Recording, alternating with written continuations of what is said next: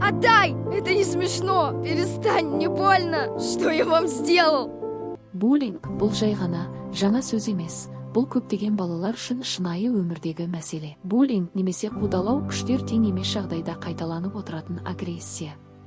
Ол физикалық зорлық-зомбылық болуы мүмкін, итеру, ұру, заттарды білдіру. Сондай-ақ психологиялық зорлық-зомбылықта бар, қорлайтын әзілдер мен ым-ишаралар, қорқыту, бойкот жасау. Кибербуллинг интернеттегі қорлау, мысалы, жағымсыз пікірлер, қорқыту, жеке ақпаратты рұқсатсыз тарату.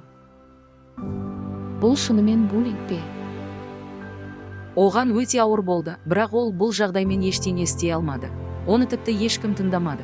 Мұндай жағдай бірінші рет болып отырған жоқ еді. Мүмкін бұл жай ғана қалжың болған шығар. Қалжың бәріне көңілді болған кезде. Ал буллинг бұл ауыр әрі жанға тиетін нәрсе, себебі қудалау адамды қорлайды.